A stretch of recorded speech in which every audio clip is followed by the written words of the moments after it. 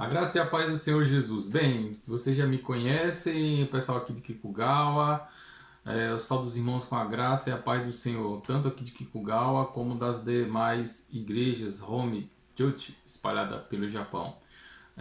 Meu nome é Daniel Ednei, ou tanto faz, Daniel Ednei, e junto ali com o nosso irmão querido Jonathan e também junto com o nosso querido e amigo pastor Gustavo, nós temos buscado ali levar os irmãos a conhecer mais a Deus através da sua palavra, né? Com a proposta dos livrinhos, né? Eu acredito que cada um dos irmãos, ou pelo menos a maioria, já chegou o livro de vocês estão nas mãos, em mãos, e então nós decidimos por essa plataforma digital não deixar a escola bíblica dominical ou a escola bíblica à distância, vamos dizer assim, ou a escola bíblica Domini, né? A escola bíblica do Senhor, longe dos irmãos, né? Então nós tivemos essa proposta e conversamos ali e falaram, não, nós vamos fazer vídeos e vamos soltar no canal disponível para os irmãos. Bem, o livro que a gente está trabalhando lá na escola bíblica, apesar que está espelhado o celular, não vai dar para você ver direito aí, Personagens ao Redor da Cruz. Esse livro é muito legal, muito bom. Quando a gente tem a proposta de trazer a escola bíblica, ou então quando você se dirige à escola bíblica e você tem um material em mãos, você logo pensa, não, vou... Vai ter um texto para eu ler, né? Vai ter um texto com algumas perguntas objetivas para eu responder. Mas na verdade o intuito do livro não é esse só, de você ler um texto e responder perguntas, né? Mas o intuito da escola bíblica também é, além de você ter um contato com a escritura, você também ali interagir, né? Ali é feito bastante perguntas. Nós estávamos ali com a escola bíblica, quase 100% da igreja estava participando conosco, né? A grande maioria mesmo, a gente estava surpreso com tantas pessoas que estavam com sede, estão com sede de buscar a palavra de Deus, né? Isso é muito bom, muito gratificante. E também não é só questão de você ensinar, mas é questão também de você aprender, né? Porque nós aprendemos uns com os outros, né? Então esse livrinho são pequenos textos ou pequenos parágrafos, né? Onde você vai ler e tem alguns versículos ali que você tem que meditar durante a semana. E aí você tem as perguntas, são os desafios para nós hoje. Bem, ideal aqui a gente já começar com o texto proposto, né? A nossa atividade, a nossa primeira atividade da escola bíblica, ou então desse livrinho, é a cruz de Cristo. É um tema central. Então ele traz ali o texto de Isaías 53, 1 ao 12. É bom a gente, se você tiver a Bíblia em mãos, eu gostaria de convidar os irmãos para estar lendo. A gente vai ler esse texto e depois eu vou falar um pouco mais sobre as lições aqui do livro. Amém? Então no versículo 53, a partir do versículo 1, está escrito: quem deu crédito à nossa pregação e a quem se manifestou o braço do Senhor? Porque foi subindo como renovo perante ele, como a raiz de uma terra seca, não tinha parecer nem formosura. E olhando nós para ele, nenhuma beleza víamos, para que o desejássemos. Era desprezado e o mais indigno entre os homens, homem de dores, experimentado nos trabalhos e como de quem os homens escondiam o rosto. Era desprezado e não fizemos dele caso algum. Verdadeiramente ele tomou sobre si as nossas enfermidades e as nossas dores, levou sobre si, e nós o reputamos por aflito, ferido de Deus e oprimido. Mas ele foi ferido pelas nossas transgressões e moído pelas nossas iniquidades. O castigo que nos traz a paz estava sobre ele, pelas suas pisaduras fomos sarados. Todos nós andamos desgarrados como ovelhas, cada um se desviava pelo seu caminho, mas o Senhor fez cair sobre ele a iniquidade de nós todos. Ele foi oprimido, mas não abriu a boca. Como um cordeiro foi levado ao matadouro, e como ovelha muda perante os seus tosquiadores, ele não abriu a boca. Da opressão e do juízo foi tirado. E quem contará o tempo da sua vida? Portanto, foi cortado da terra dos viventes. e pela transgressão do meu povo foi ele atingido. E puseram a sua sepultura com os ímpios e com o rico na sua morte, porquanto nunca fez injustiça, nem houve engano na sua boca. Todavia, ao Senhor agradou ao moê-lo, fazendo enfermar. Quando a sua alma se puser por expiação do pecado, verá a sua posteridade, prolongará os dias e bom prazer do Senhor prosperará na sua mão. O trabalho da sua alma ele verá e ficará satisfeito com o seu conhecimento. O meu servo, o justo, justificará a muitos, porque as iniquidades deles levará sobre si.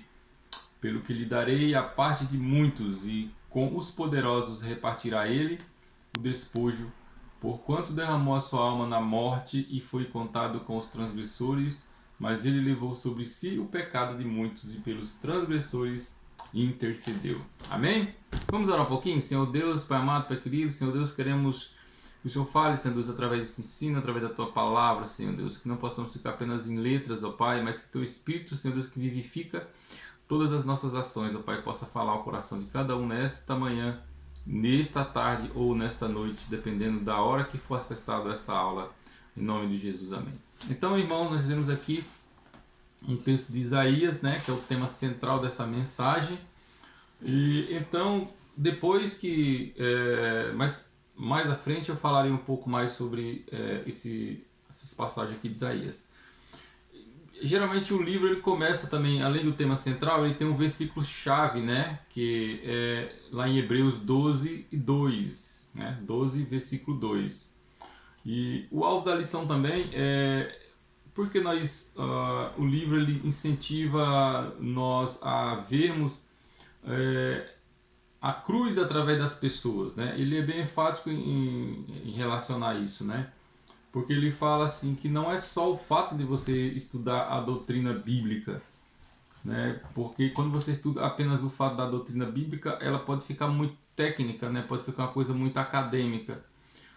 Mas é quando você vê os personagens, você vê o plano de Deus, o plano de Jesus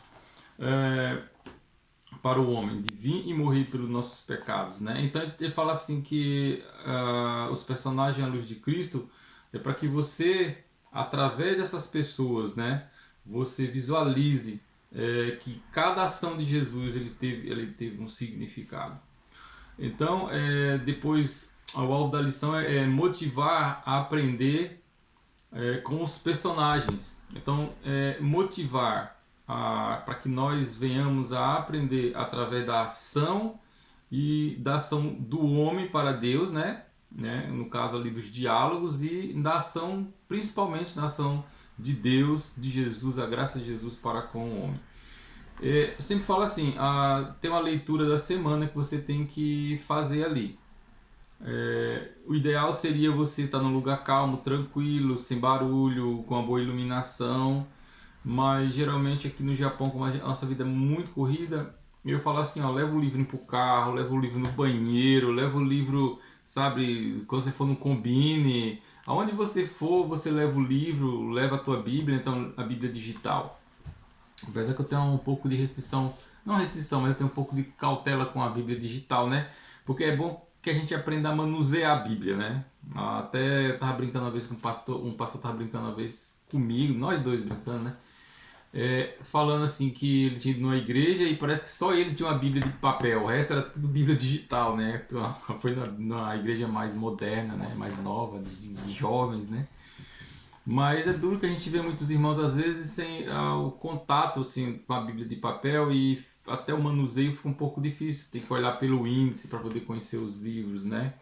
Eu gosto muito da Bíblia de papel, né? Sei lá, eu tenho o cheiro do livro, né? Muito bom, né? Então, aí você tem a leitura da semana. Essas leituras da semana, segunda, terça, quarta, quinta, sexta, sábado e no domingo. Cada passagem dessa vai te levar um pouco mais além do texto. Tem o texto, né? E tem essas passagens que seriam como chaves, né? Chaves bíblicas. Então é ideal você ler, né, cada passagem, né? Cada texto desse. E interessante notar que ele fala também no livro que toda a Bíblia ela converge para Jesus. Então a gente tem uma mania, né? Ou alguns irmãos ou pessoas que são mais novas na fé têm a tendência de olhar para Cristo há 2000 anos atrás e achar que Cristo só apareceu naquela época ali e pronto, que Jesus não existia antes, né? Mas a gente vê que a Bíblia, de Gênesis a Apocalipse, ela converge para Cristo. Cada ação, tanto de Abraão, de Isaac, de Jacó, ou Esther, ou qualquer um desses personagens, qualquer um desses livros, você vai ver que ele aponta para Cristo, ele aponta para a salvação. Ele não é um livro assim apenas soltos, né? Não são livros soltos, né? Livros que não, mas não um conjunto de livros escritos por mais de 40 autores, inspirado pelo Espírito Santo, e que convergem para Cristo. Cada ação desses livros ele mostra a pessoa de Cristo, né? Então aqui na página 8 do nosso livro ele fala por que estudar personagens bíblicos, né? A forma de estudar os personagens bíblicos. Tem pastor, por exemplo, que só prega com personagem bíblico, né? Eu tinha um pastor mesmo que eu congreguei com ele assim mais de 2 anos, né? E a maioria das pregações deles a maioria, eu acho que quase 95%, eles sempre enfatizavam um personagem bíblico, ele sempre trazia um personagem bíblico, a ação daquele personagem, né? O próprio Jesus, ele usou história de personagens bíblicos, de personagem para ilustrar o seu ensino, né? Ele usa ali, na página 8 que nós estamos falando, ele usa Jonas, porque... E outros mais, né? Salomão, ele usa, né, o exemplo de Salomão, porque as pessoas ali eles estavam acostumados já com essas pessoas, porque eles tinham a Bíblia em mãos, eles podiam ler a Bíblia, né? Então eles conseguiam colocar o personagem ali naquilo que Jesus estava falando. Eles conseguiam fazer Jesus conseguia fazer a ligação do que na verdade ele queria. Era uma forma mais fácil, né, mais simples de fazer o povo entender, né? Então ele fala assim, tem uma parte aqui que eu frisei, né, que o personagem é interessante você, o intuito desse livro de fazer com que você tenha contato com os personagens é que com os acertos e erros dos personagens nós podemos enxergar situações da nossa vida do ponto de vista de Deus e fazer escolhas mais acertadas. Ou seja, quando você olha para o personagem bíblico, você vê, nossa, esse personagem cometeu esse erro, por que eu vou cometer esse erro? Eu não preciso cometer esse erro se ele já cometeu esse erro aqui no caso, né? Se ele cometeu algo grave, né? E ali nós vemos sempre um princípio bíblico naquilo tudo, por que eu vou cometer isso? E outra forma também de você se concentrar nos personagens bíblicos é que você falar, nossa, eu também erro, eles erraram, eu também erro. Por isso, meus irmãos, que a Bíblia ela é verdadeira, porque a Bíblia ela não esconde as ações, por mais difícil e por mais pecaminosa que essas ações tenham sido, que tenha acontecido, né, no Antigo Testamento, no caso de Davi e outros casos, a Bíblia não esconde isso, né? A Bíblia ela não é uma Bíblia, ela não traz os personagens como perfeitos, né? Além só mesmo o próprio Jesus, né? Porque não teve pecado, mas os outros personagens 100% humanos, né? Então eles cometem erro. Então se eles cometeram erros, nós também muitas vezes cometemos esse erro, e não é porque nós cometemos, que nós venhamos a cometer esses erros, que Jesus não vai nos perdoar, que Jesus não vai colocar suas mãos de misericórdia sobre as nossas vidas, né? Então é muito interessante você ver a vida desses personagens, a vida dessas pessoas, né? Porque a gente vê que o mundo ele só muda as estações, as épocas, os anos, né?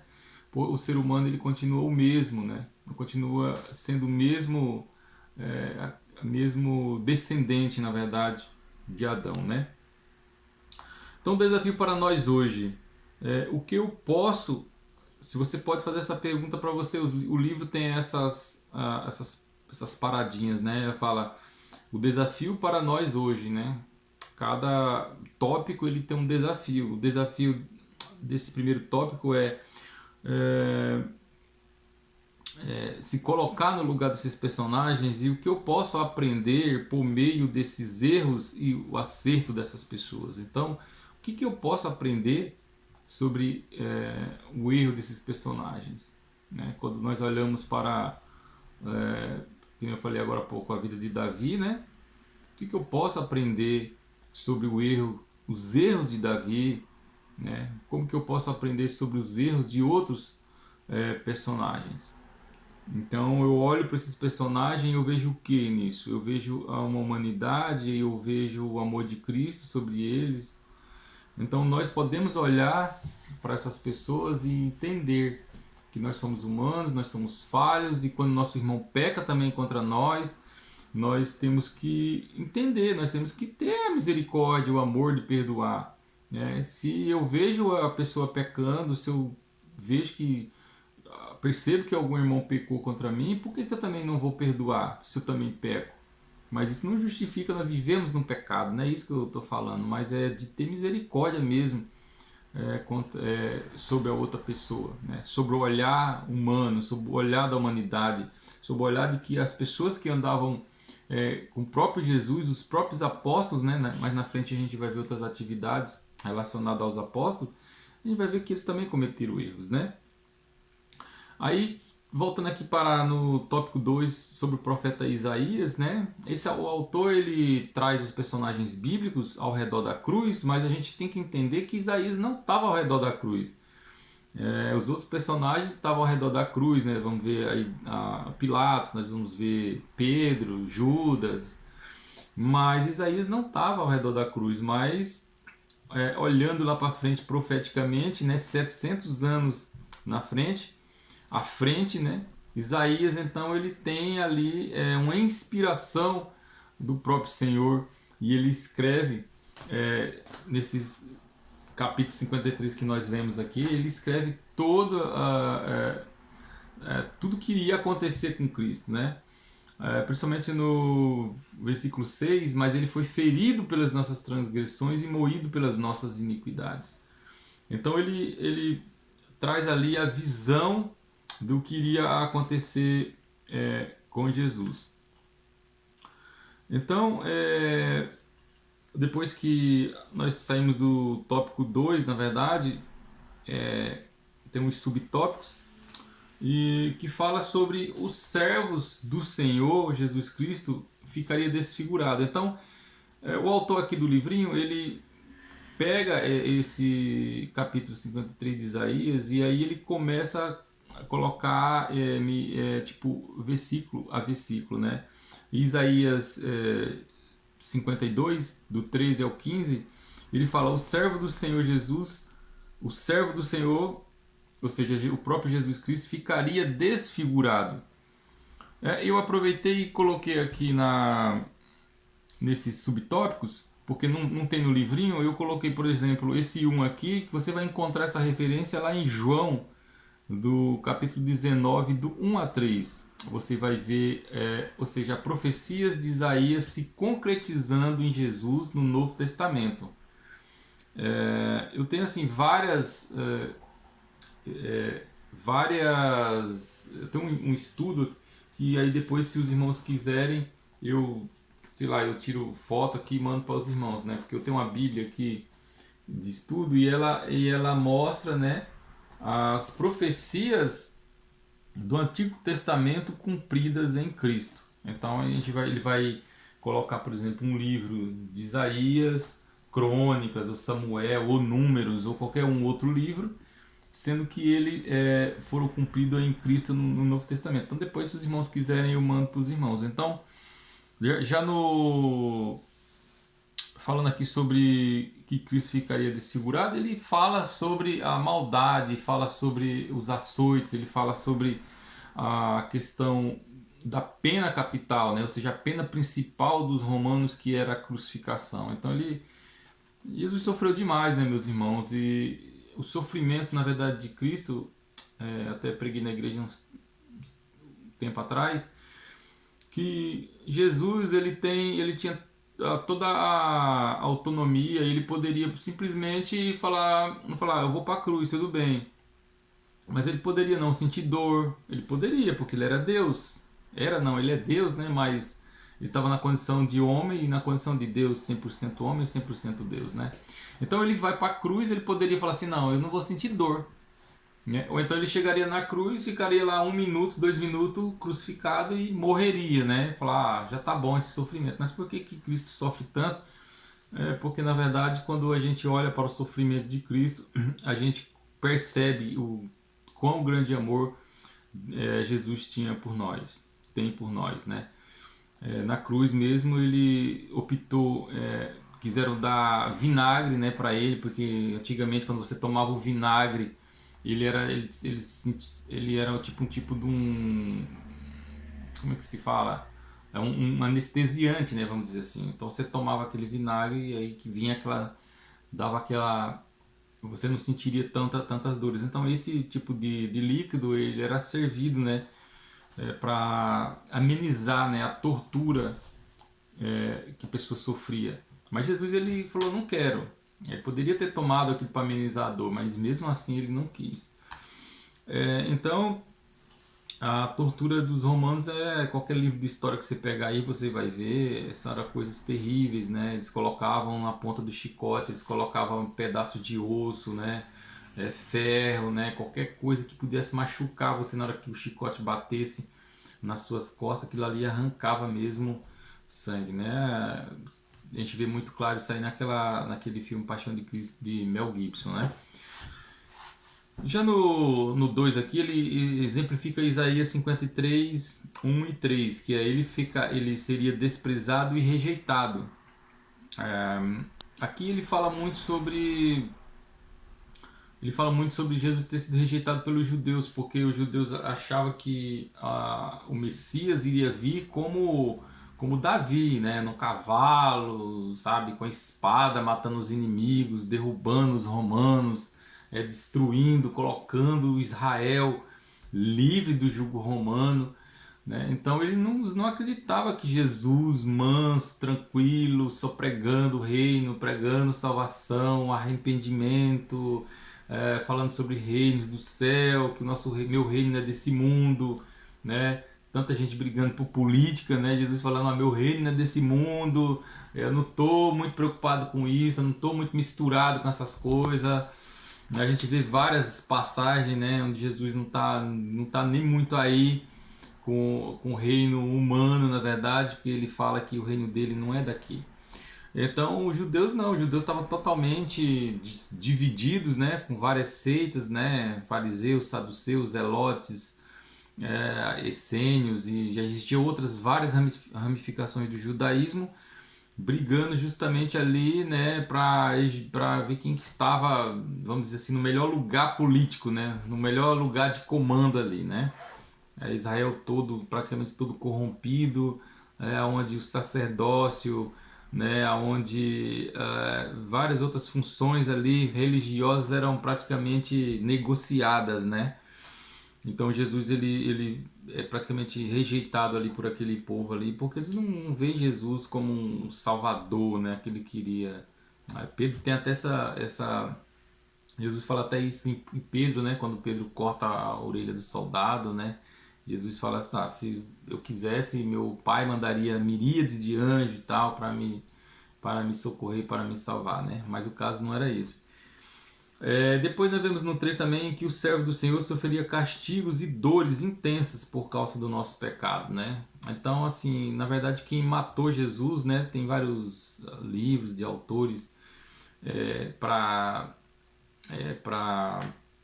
falando sobre essa questão aí, que na verdade quem matou Jesus não foi os romanos, né? Não foram os judeus, né? Aí falando agora, lembrei das perseguições semitas, né?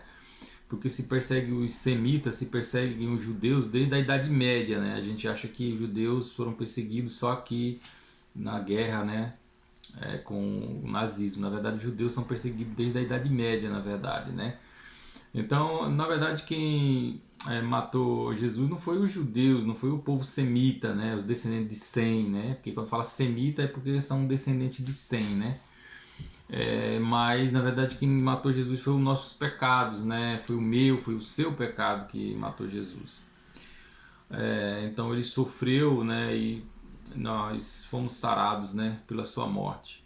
No 4 aqui, no tópico 4, apesar de ser maltratado e humilhado, não diria uma só palavra, né? Jesus, ele praticamente, para tudo que Jesus passou, na verdade, era para se cumprir as escrituras, né? Jesus não fez nada assim que não, sabe, porque isso aí eu trago a nossa mente isso aí, porque muita gente tem a mania de fazer assim, mas não precisa se cumprir a escritura, né? Agora tá modinha, né? Na internet tem muitos assim pastores, né?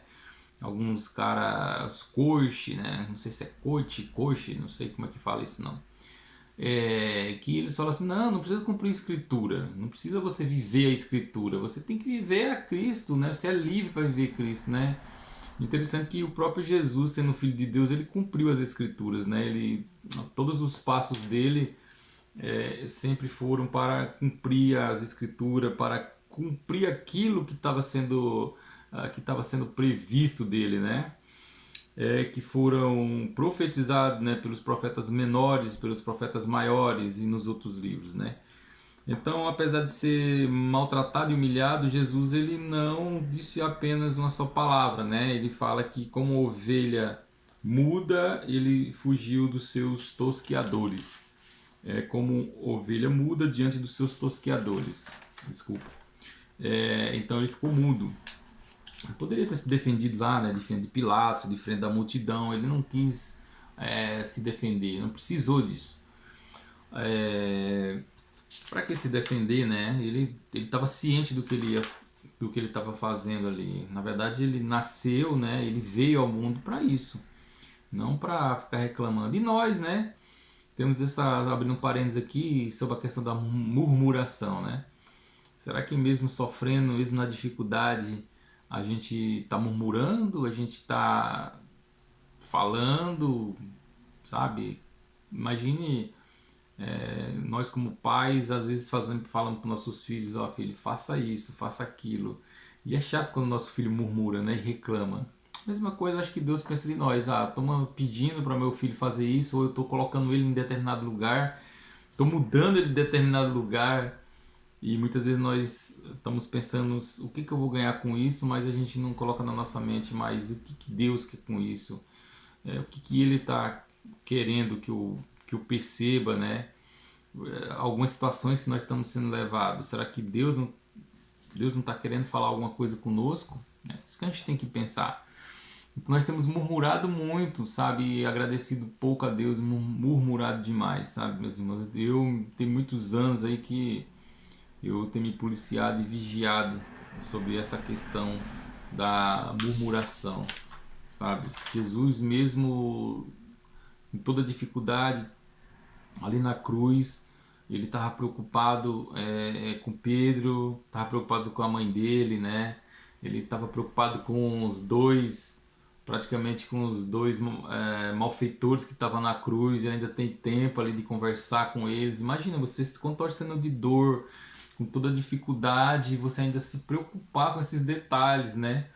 Então, meus irmãos, chega a me arrepiar, assim, é tremendo, porque nós, às vezes, um pequeno problema que a gente tem, a gente já desvia totalmente nossa atenção de quem está à nossa volta e a gente se concentra naquele problema e a gente já não fala nem bom dia pro outro, né? Fica focado, né? É uma coisa que eu tenho policiado também em relação a isso. Às vezes a gente encontra uma pessoa, nem pergunta, e aí, tudo bem? Como tá? Não, a gente já perguntou, você viu o que aconteceu? Você viu o que está acontecendo? Sabe? Já leva a pessoa, às vezes a pessoa já vem com problema, já está carregada de problema, a gente, ao invés de falar um pouco, não, a gente já vai, ó, você viu lá, você viu a notícia, você viu o que está acontecendo, é isso mesmo, é o vírus, é o corona, é a dificuldade, é a falta de emprego, né? É isso, é aquilo outro, né? É complicado, né? Então a gente tem que parar de murmurar. E o seu sacrifício também seria voluntário. Ele morreria como criminoso e intercederia pelos nossos pecados, né? Jesus está ali intercedendo pelos nossos pecados. Ele ofereceu a sua vida como sacrifício para tirar pecados. Ele deu a sua própria vida e ele levou a culpa dos pecados de muitos. Jesus foi à cruz então voluntariamente por amor de nós, né? Ele não foi forçado, ele foi porque ele nos amou. E a Bíblia fala que ele nos amou primeiro. Antes de você amar Jesus, ele já te amava, né? Imagina, se Jesus nos amasse só se nós amássemos ele, né? Então a Bíblia fala que ele nos amou primeiro. Então isso é revelado para Isaías 700 anos antes de Cristo, todas essas profecias que iria acontecer com Jesus. Na página 10 aqui, se você tiver aí, você pode me acompanhar. O desafio para nós hoje. No que se trata de Cristo, quase todo mundo tem uma opinião ou uma atitude. Há pessoas que ignoram Jesus, ou tem gente que aceita Jesus, outros rejeitam Jesus. Quem o ame também, quem o despreze. Qual tem sido a sua opinião ou sua atitude relacionada a Jesus? Será que você não tem que ajustar suas expectativas em vez de rejeitar Jesus? Então é essa pergunta que ele nos traz à reflexão, né? Qual que tem sido a nossa atitude em relação à pessoa de Jesus, ao sacrifício de Jesus? O que você tem pensado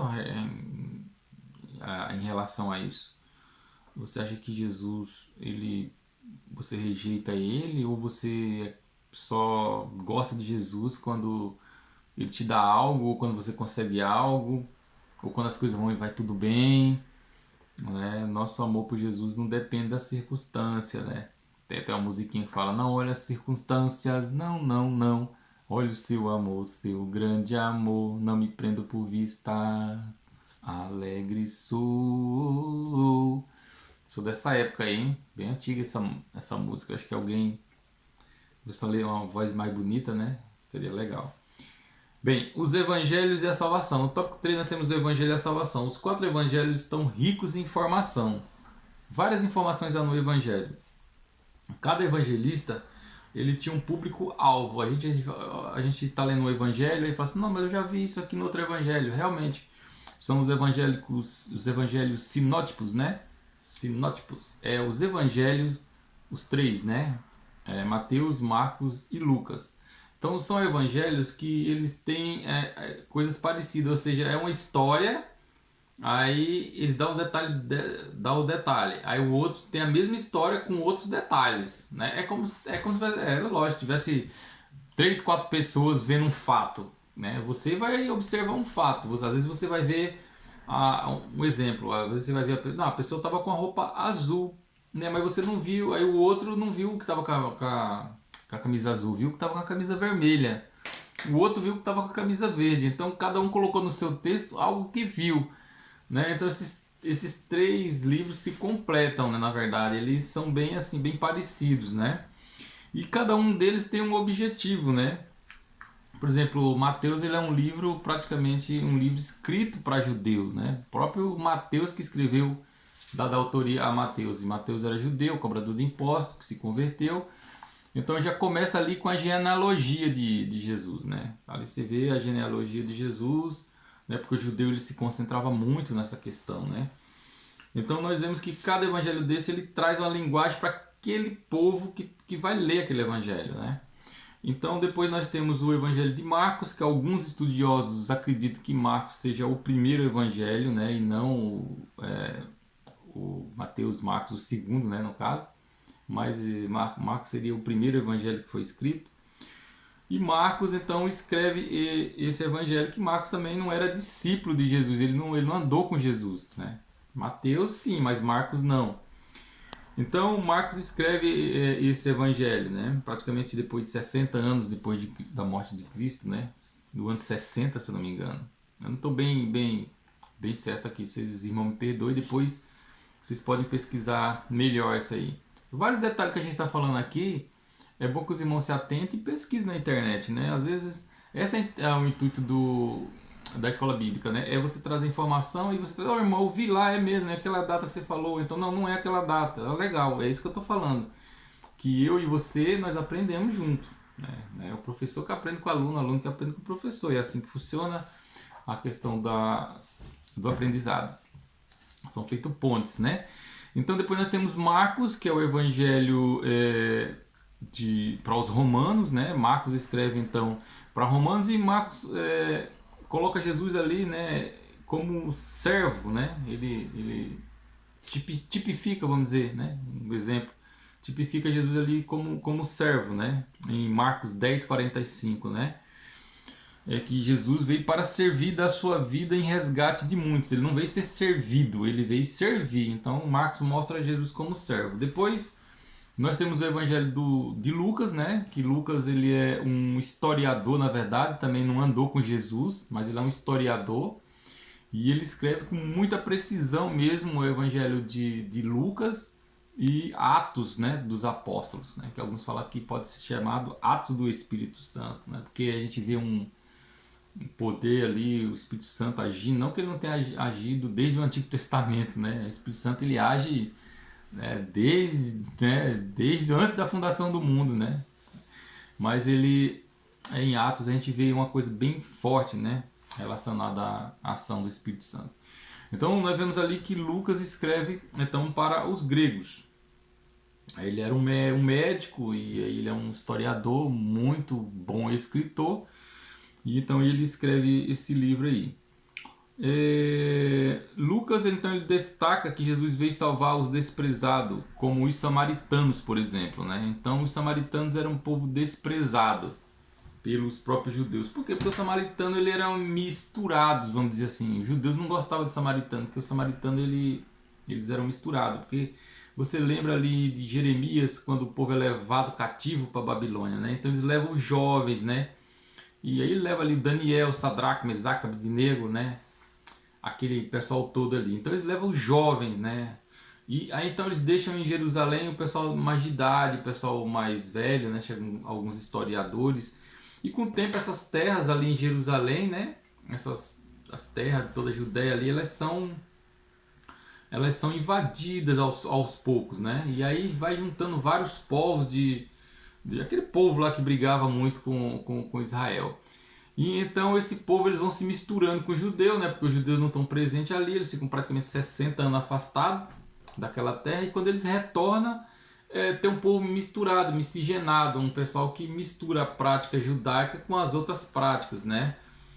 Onde eles sacrificam para outros ídolos e tal, e tal, e tal. Então eles têm umas práticas misturadas.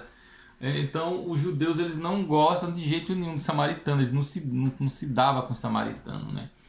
Então Lucas aqui então coloca ali o samaritano, como é que fala? Lucas coloca ali a Jesus, ele veio salvar os desprezados, né? Como os samaritanos, né? Enfatiza os samaritanos, os pecadores, as mulheres, os gentios, né? Ele enfatiza muito os gentios, que os gentios somos nós, né? O povo que não é judeu, né? Aquele que não é judeu. E aí depois nós temos por último o Evangelho de João, né? Os 4 evangelhos, e o Evangelho de João é um evangelho, vamos dizer assim, mais apologético, né? Eu costumo falar assim, um evangelho mais apologético, um evangelho que defende mais a fé, um evangelho que coloca mais Jesus realmente sendo como Deus mesmo, 100% Deus, né? É tanto que lá em João 1 ele fala, no princípio era o Verbo e o Verbo estava com Deus. E o Verbo era Deus, né? Então ele coloca assim, enfatiza bem a questão. Por quê? Na época que João escreveu o seu evangelho, já existiam várias seitas, né? Entrando dentro da igreja, né?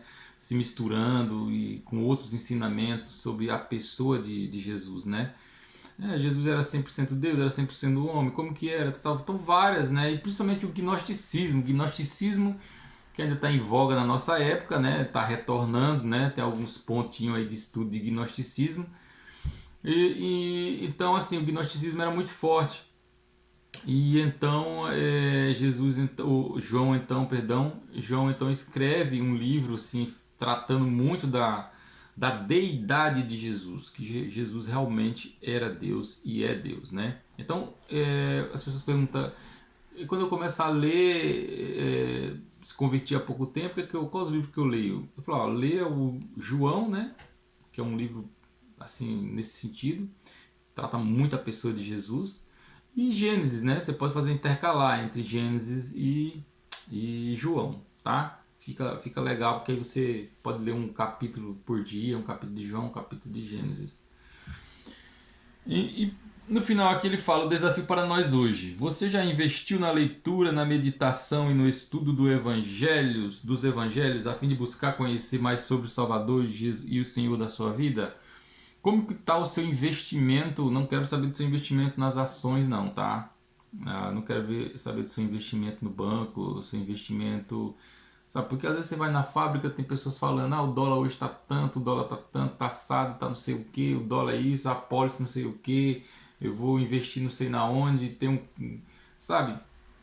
Mas o livro ele fala assim, como está sendo o seu investimento na leitura dos evangelhos? Você tem se dedicado à leitura dos evangelhos? Você tem feito uma proposta, olha, até o final do ano eu vou ler a Bíblia toda. Você já leu a Bíblia toda? Você já leu, por exemplo, o Evangelho de João todo? Você já leu o Mateus todo? Tá? Então você tem um desafio aí para você. O que você pretende fazer esse ano? Qual que é a sua meta até o final do ano, biblicamente falando? Você vai ler um livro, vai meditar sobre o livro de João, sobre o livro de Crônica, Esdras, Neemias? O que você vai fazer? Então ele deixa, quem sabe Isaías, né? Lê o livro de Isaías, né? Lê o livro de Isaías todo para você ver que maravilha que é o livro do profeta Isaías, né? Então você pode ter um desafio aí, tá bom?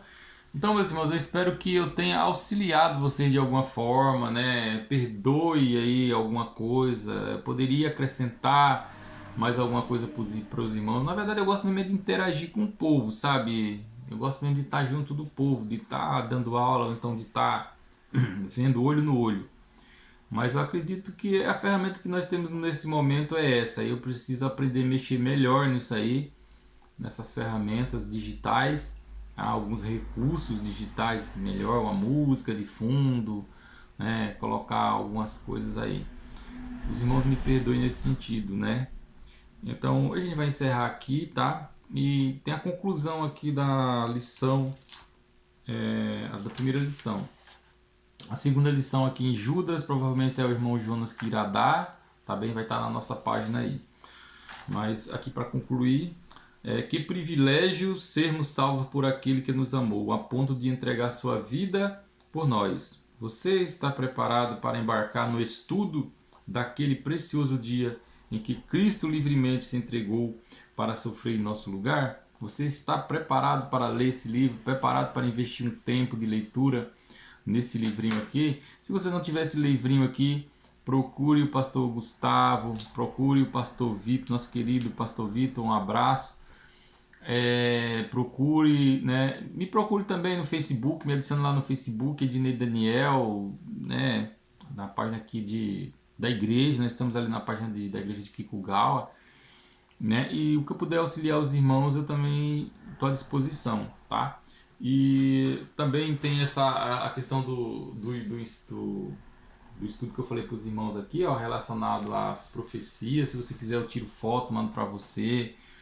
Sei lá, se você quiser uma orientação, se você quiser, sei lá, tirar alguma dúvida, né? A gente depois vai fazer uma live curtinha. A ideia talvez seja essa, fazer uma live curtinha e tirar algumas dúvidas ou conversar com algum de vocês, tá bom? Um abraço, um grande beijo, Deus abençoe vocês. Tenham uma semana abençoada na presença do Senhor. É muito bom estar com vocês. Espero que logo mais passe toda essa tempestade que a gente está vivendo no mundo, né? Que nós possamos estar orando pelo Brasil, orando pelo Japão, orando pelo mundo em geral, meus irmãos, para que a Igreja de Cristo volte a se reunir, né? Volte, que eu possa ver olho no olho de vocês, que possamos nos abraçar, que possamos nos confraternizar e que possamos cultuar o nosso Deus, né? Cantar louvores e engrandecer o nosso Deus. Um abraço, fiquem com Deus e Deus abençoe a todos. Amém.